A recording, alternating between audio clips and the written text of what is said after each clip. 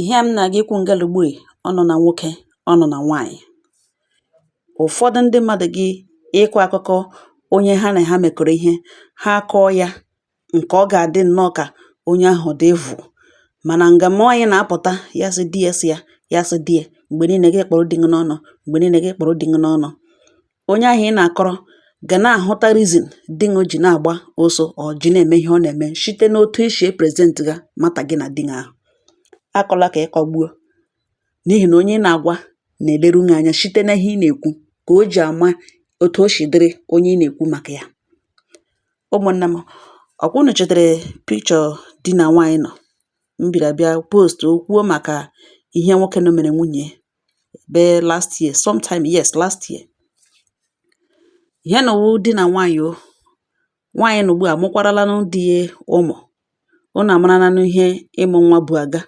Ụfọdụ ụmụ nwaanyị ọ na-ebutere ha ibu, wetere ha stretch marks, wetere ha a lot of body changes.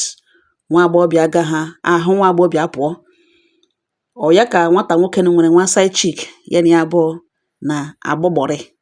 O zuri nga ya na nwunye nọ na bedroom, nwaanyị na-ejikege na-ejike. Ụwakwa ha ọcha gbara ọtọ n'ihu di ya yige nwe ọ ma na di ya eji phone ya evidoge ya vidio ya ihu na azụ were ga sendịara side chick ya si ya kwa ya gwara ya that na ya likere ya na ya na-agwa ya na ya dị serious na ya hụrụ ya n'anya na o ledele nwa ya na-ebi n'ụlọ lewete oshi bukashicha ihe kashia stretch marks agbawashicha na ya ahụ na ọ ya nwawo egwu eji na ya nwadaga mmanụ na ọ ya nwawo dachi na ya gwa ya that na nwaanyị na ya na-ebi n'ụlọ a na-emuvuzi ya na ọ doubtzi ya na o lekwe na ya dị serious na ihe ya na-ekwu na ya lekwe nwaanyị ya na-ebi n'ụlọ legodo otu ọ dịzi. Nwaanyị ma na ibe ya otu a sị nwoke ma ibe ya, nwaanyị ma ibe ya, a reasonable woman ma nwaanyị ibe ya. Ọ ya ka nwata nwaanyị side chick nụ ntara mịwakwara mejuru ike enweta eshiri send ha na this woman picture nụ ya na di ya sere send ara side chick. Nwaanyị nwunye ya receive the picture from anonymous. I believe ọ ga-awụ the side chick send ya sị elekwe ihe di ya send enyi ya nwaanyị na-agwa ya. Nwaanyị nụtara gakwa na phone di ya gaa hụ ha gwa the same thing iji confirm ihe anonymous sendịrị ya. Ya true na di ya nwere record of sent photos and videos of her nude na phone di ya. Yes, nwaanyị nụtara ebido bewe buru ngwongwo si ya na-alụshi kpọrọ ụmụ ya. Nwoke agala na rịọwana kemgbe ahụ ọ na-arịọ feel that na ọhịa ọ ga-aga ya rịọ otu ihu nwaanyị eso nwe ya. Ọ ya gbuo ikpere n'ala the woman na-agbagbu ha n'ime ụlọ bute akpa ya dowe ya. Kemgbe ahụ ọ nọ na-arịọla ọ gala meet ụmụnna ndị oge hụkwana ụmụnna nwunye ya. Okwu ekweghị iti ya ọnụ ome na ihe niile o nwere ike ime. Okwu ata akpọ till now. Ihe o meziri na-agbakpụtezie na ịntanetị ebe ya wugwu chi egwurugwu na-arịọzi ịntanetị community na ha biko rịọwere nwunye na ya wụhụ sent na ya believe na ya mere ihe ọjọọ ndị adịghị proud of it na ya ejegharịala so rịọwere nwunye si biko nsị gbaghara ya ka nwaanyị alụghachita na nwaanyị ahapụ ya na ka ya agaala. Ụmụnne m na n'ahụ mgbe ụfọdụ ị ga-efili na iji bọtụlụ mmadụ na ịma nga ị ga-apụ ya na you're in control ka ị were ime ịga this extent iji convince ye the younger one ka o nwee ike na-achapashiri gị ụkwụ gị chefuo na the younger one self a reasonable woman the moment this man send the picture nwaanyị ọ gara gakwa ụgwọ isi ya the mother of his children send ara ya na si elekwe that lady aga abịa achịkwa ọ ga-abịakatakwa again because ọ maghị mgbe ị ga-erekọdụkwa ya onwe ya and o doro ya anya na ịhafụgodo nwaanyị ahụ echi lụọ ya ya nwa nwere ike ibukashi ọ ihe kashia ọ stretch masị ka e nwere ike ịgbawara ya na ntị because of ihe ịmụ nwa bụ aga na otu itritiri nwunye na ọkwa otu ga-etriti ya onwe ya. Ọ mmadụ na-akụziri ibe ihe mmadụ ibe eji ịṅụ mmiri. Asọ nwaanyị gawa di ya ele ndị ke nọ anụ otu ha si agaga na mgbe na-adịghị anya na ọ ga-eshikwa otu ahụ gawa.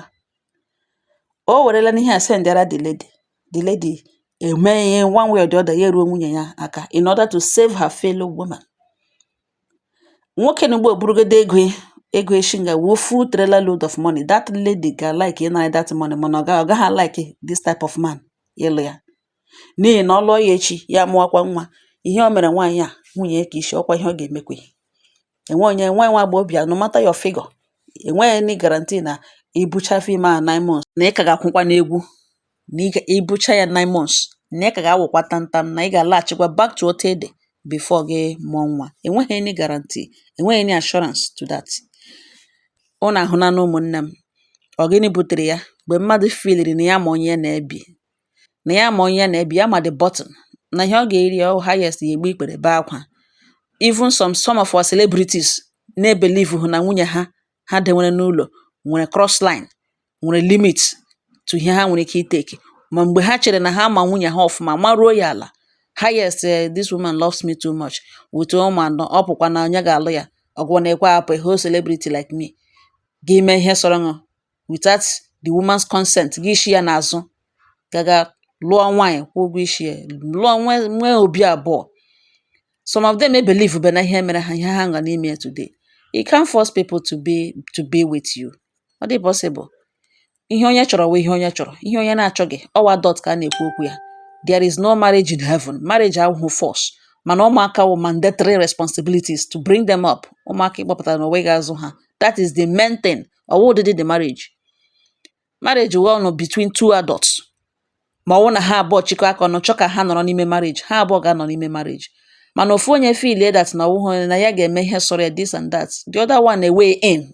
Ọ dịziri ya ịmara ma ọ ga-anọ ma ọ gaghị anọ. Ọ chọọ ịnọ, Bible condemn ya. Ya chọkwana ịpụ, Bible condemn ya. Ọwụhụ force. The same Bible says there is no marriage in heaven.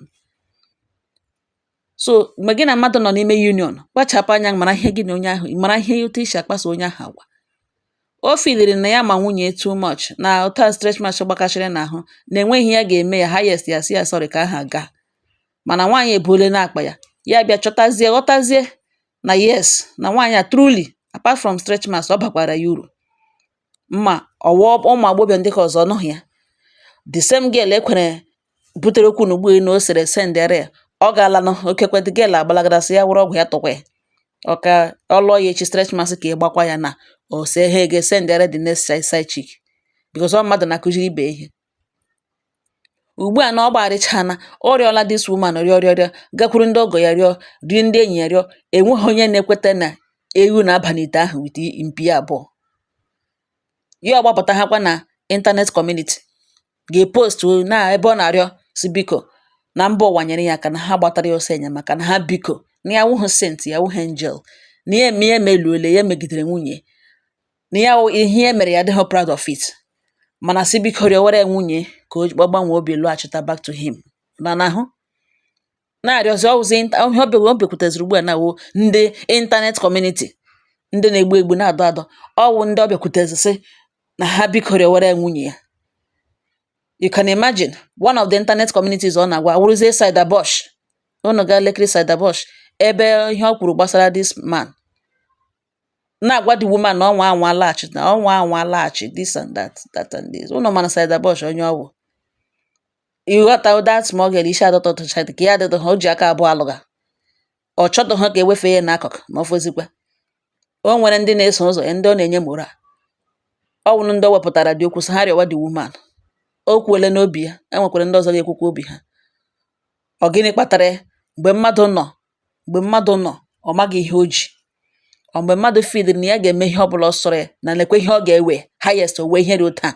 Ime that thing, you may find out that na ọ ga-ewe more than ihe ahụ ifidiri na ọ ga-ewe.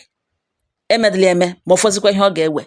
That should be the message. Emedịla eme, amachila mmadụ ibe m thinking that ị ga-asị ya sorry, ya sị is okay. Enwe ị ga-amach before gị wepụta ọnụ sị sorry, ọ jachala na eze nọ n'ọnụ. All different reactions. Ị ga-akwa mmadụ gwa ya ebe ọ ga-ada. Onye ọbụla nwere otu ọ na-eme ihu ma mmagalaga needle n'ahụ, needle eji agba ya ọgwụ eji agwụ ya. Onye ọbụla nwere otu ọ na-eme ihu. Mgbe enwe ndị na-eme dịka enwe ihe adọrọ ha, nwe ndị na-atakawacha ihu, nwe ndị na-eti mkpu. O dependere otu o si pụtara na otu akwa ka ọ rịkwa na word of maternity ward ebe ime na-eme ụmụ nwaanyị na-ebe a dị 100 ime mega ha. O nwere ndị tige mkpu, o nwere ndị nọdụ like enwe ihe mega na, ụfọdụ riga n'ime n'ime mega ha, ụfọdụ ji isi egwuga ala. Ọ wụ ime omeme ha niile ime megacha ha, but differently. Onye ọbụla nwere otu nke esi na-eme.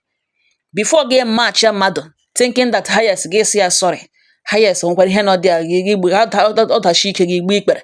Enwe onye ga-match the moment ị ga-ewelite ọnụ ka esi ya sorry, eze nọ ga-agwụ. Nwe onye ga-match before gị si ya sorry, ya sị don't mention, is okay.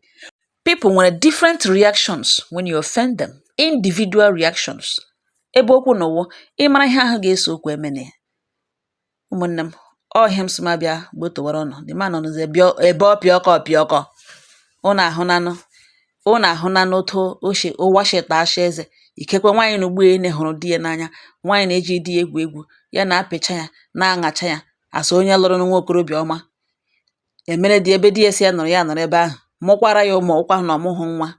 Ya efilizie na the woman ọ dị too soft, ka ya mere ka ịrụ ya mma to the extent ị ga-esewe ya picture wepụwara okooko nọ na ezi na-enwe ihe ọ contributuru na ndụ ya. Parasite. Ọ onye ọ gara aga were hold the mother of his children, nwaanyị mụrụ ya ụmụ, were nude ewepụgara a young girl. O wegara the girl so ka the girl kọwara na ya aka ka ọ ṅụwanụ ka ọ mewe gịnị. You can imagine. Ya ihe ha na-ekwu okwu ya. Mgbe ị na-afụ onye ọzọ ka ị na-afụ onwe gị. Ewe nwoke nọ nga, ewe nwaanyị nọ nga, kpachapụ anya na ihe ị na-eme onye gị na ya bi. One way or the other, ụgwọ ọlụ dịrị onye ọbụla accordingly.